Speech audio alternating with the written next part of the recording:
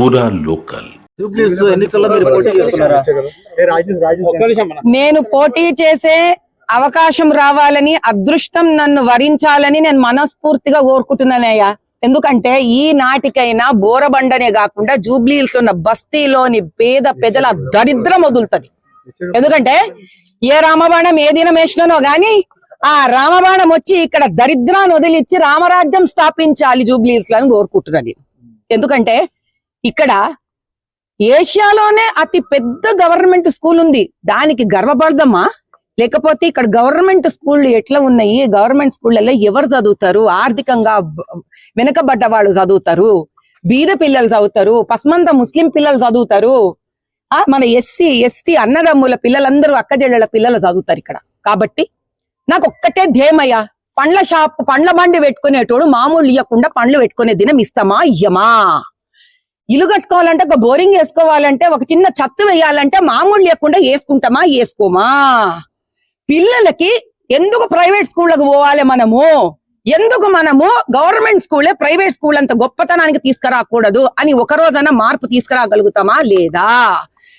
2, 3, 4 ఎన్ని మతాలున్నా గానీ మతాల మధ్యలో సామరస్యత తీసుకొచ్చి మతము రాజకీయాన్ని చేయకుండా ఒక్క ఎమ్మెల్యే కాన్స్టిట్యుయెన్సీనైనా చేయగలుగుతామా లేదా? ఇన్ని వాగ్దానాలు చేస్తారు మొత్తం జర్నలిస్ట్ ప్రపంచానికంతా. ఒక్కసారైనా నిజంగా జర్నలిస్ట్ ప్రపంచానికి ఒక 1 బెడ్రూమ్ 2 బెడ్రూమ్ ఇల్లు కట్టియగలుగుతామా లేదా?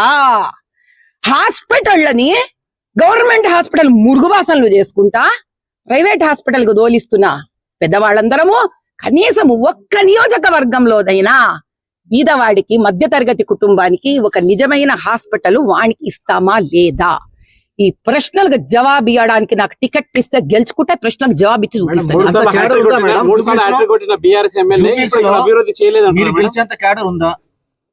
క్యాడర్ ఓటర్లయ్యా, ఓటరే నా క్యాడరు, నా ప్రజలే నా క్యాడరు.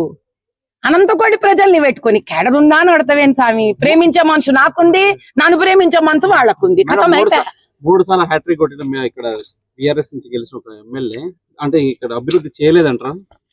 నేనేం చెప్పక్కర్లే, నువ్వు నీ కెమెరా తీసి ఇంకా రోడ్డు మీద చూపించుకో, నీకు అర్థమైపోతుంది. ఎందుకయ్యా మనకి మాటలు ప్రూఫ్లు ఉండంగా మాటలు మాట్లాడే అవసరమే లేదు. నువ్వు ఈడ 3 సార్లు గెలుచుకుంటున్నావు.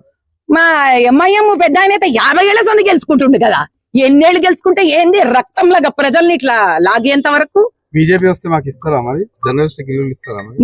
బీజేపీలో నన్ను నిలబెట్టి నేను గెలిస్తే గనక ఈ రోజు వాగ్దానం చేస్తున్నానయ్యా, నేను బిచ్చమడుకొని వచ్చిన ఇండ్లు కట్టించి బీజేపీ వాళ్ళకి, మన జర్నలిస్టులకి నేను ఖచ్చితంగా ఫ్లాట్ ఇస్తా. ఇది ఓపెన్ గా డిక్లరేషన్ ఇస్తున్నా నేను. బీజేపీ కాంగ్రెస్ కలిసి ఉన్నదని చెప్తారు కేటీఆర్ గారు, దాని గురించి ఏమంటారు? నాయన ఏం మాట్లాడగలుగుతాం బీఆర్ఎస్ గురించి చెప్పు? ఈ గోడ మీద పిల్లివాటం అనే ఒక తెలుగు సామెత ఉంది స్వామి, దాని మీద నిలబడి ఉంటారు వీళ్ళందరూ. ఒక దినం ఇటు మాట్లాడతారు, ఒక దినం అట్లా మాట్లాడతారు. ఇప్పుడు నువ్వు ఇదే కాంగ్రెస్ దగ్గర పో, కాంగ్రెస్ ఏమంటది బీఆర్ఎస్ బీజేపీ కలిసి ఉన్నది అంటది. వీళ్ళకి ఎవడు కలిసి ఉంటే ఎందుకు? నువ్వు చేసే పని నువ్వు చేయరాదు ప్రజలకి?